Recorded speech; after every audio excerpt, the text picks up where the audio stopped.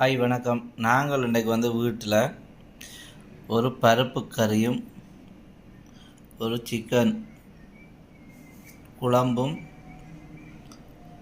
இந்த பச்சை மிளகாய் பார்த்திங்கன்னா இதோட கடித்து இந்த தோசையை சாப்பிட்டா இந்த ருசியே தனி. இது வெள்ளை தோசை, இது மஞ்சள் தோசை.